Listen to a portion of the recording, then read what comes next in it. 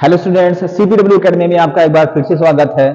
और आपकी तैयारी में आपका साथ देने के लिए एक बार फिर से हम आपके लिए एक बहुत इंपॉर्टेंट मोस्ट इंपॉर्टेंट टॉपिक लेकर आए हैं, हाइगेंस की द्वितीय तरंगिकाओं के द्वारा परावर्तन की व्याख्या, जिसके लिए हमने जेड जेड डैश एक परावर्तक पृष्ठ लिया हुआ है और इस पर आपतित तरंगाग्र तिरछा गिराया हुआ है, यानी कि ए बी तरंगाग्र, जिसको हमने इस पर तिरछा गिराया हुआ है। और ए डैश बी डैश एक परावर्तित तरंगाग्र है। परावर्तन का मतलब जिस माध्यम से प्रकाश की किरणें आती हैं, तरंगें आती हैं, उसी माध्यम में वापस लौट जाती हैं। अब परावर्तन की व्याख्या अगर हमको करना है तो इसके लिए हमको परावर्तन के दोनों नियमों को सिद्ध करना है। यहां पर परावर्तन का पहला नियम होता है आई बराबर में आर, यानी आपतन कोण बराबर में परावर्तन कोण। और दूसरा नियम होता है, वो भी आपको लास्ट में बताते हैं, ठीक है। तो बिल्कुल देर ना करते हुए इसको शुरू करते हैं। पहला नियम सिद्ध करते हैं, क्योंकि इसमें सारी मेहनत आपको पहला नियम सिद्ध करने में ही लगेगा। चलिए, तो बिल्कुल देर ना करते हुए इसको शुरू करते हैं। इसके लिए मानते हैं कि जेड जेड डैश एक परावर्तक पृष्ठ है और आपतित तरंगाग्र तिरछा गिरता है इस पर ए बी, और ए डैश बी डैश परावर्तक तरंगाग्र है। जैसे जैसे ए डैश और ए के बीच में गिरता है, ये सभी बिंदुओं को टच करता हुआ जाता है और यहां से द्वितीयक तरंगिकाएं निकलती हैं। यहां से द्वितीयक तरंगिकाएं निकलती हैं। जितने टाइम में, आपको सोचने वाली बात, ये इंपॉर्टेंट टॉपिक इसमें ये है कि ए से बी डैश तक पहुंचने का टाइम और बी से ए डैश तक पहुंचने का टाइम सेम हो।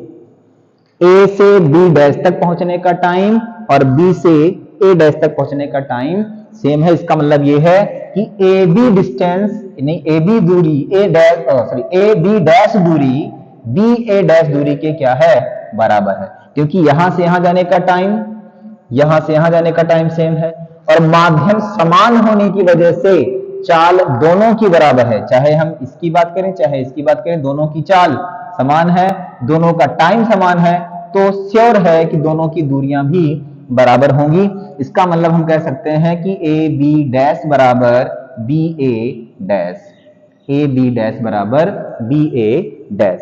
इसके बाद त्रिभुज A B dash and A dash में हम लगा लेते हैं साइन आर, या सबसे पहले हम ए बी ए डैश में साइन आई बराबर होता है लंब बटे कड़।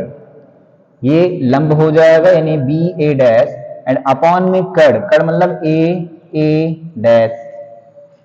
सेम काम हम ट्रायंगल ए बी डैश में करेंगे। Triangle A B dash A dash में साइन आर बराबर लंब, यानी ए बी डैश अपॉन में ए डैश। अब स्नेल्स रूल के according sine I upon sine R, दोनों को रेशियो लगा दीजिए। ये हो जाएगा B A dash upon A dash upon A B dash upon A dash. ये कटेगा एंड हमारे पास यहां बचेगा B A dash upon A B dash. और शुरू में ही आपको पता है ए बी डैश बराबर बी ए डैश, और वो क्यों? क्योंकि ए से बी डैश तक का जाने का टाइम और बी से ए डैश तक जाने का टाइम बराबर है। ए से बी डैश तक का टाइम, बी से ए डैश तक का टाइम बराबर। और क्योंकि एक ही माध्यम है, क्योंकि यहां परावर्तन हो रहा है। परावर्तन का अर्थात जिस माध्यम से प्रकाश किरण आती है उसी माध्यम में वापस लौट जाती है, और एक माध्यम में प्रकाश किरणों की चाल एक होती है, यानी कि यहां से यहां चाल, यहां से यहां चाल बराबर, यहां से यहां तक का टाइम, यहां से यहां तक का टाइम बराबर। इसके मतलब दोनों की दूरियां भी बराबर है, मतलब ए बी डैश बराबर बी ए डैश। इसका मतलब इसको लिख सकते हैं ए बी डैश एंड नीचे भी ए बी डैश, इकट के 1/1 आएगा एंड साइन आई बराबर साइन आर मिलेगा, अर्थात आई बराबर आर मिलेगा। ये परावर्तन का पहला नियम है, जिसके अनुसार आपतन कोण और परावर्तन कोण दोनों बराबर होते हैं। रही बात दूसरे नियम की, तो दूसरा नियम यह कहता है परावर्तन का कि आपतित किरण, परावर्तित किरण और आपतन बिंदु पर अभिलंब, ये तीनों एक ही तल में होते हैं। एक तल का मतलब अगर हम यहां देखें फिगर में, तो जो हमारा आपतित तरंगाग्र ए बी है, ये कहां बना है? बोर्ड पर। भाई बोर्ड पर बना ही, एक तल का होने का मतलब है कि एक ही प्लेन में है कि समतल पर है। तो ए बी तरंगाग्र कहां है? बोर्ड पर बना हुआ है।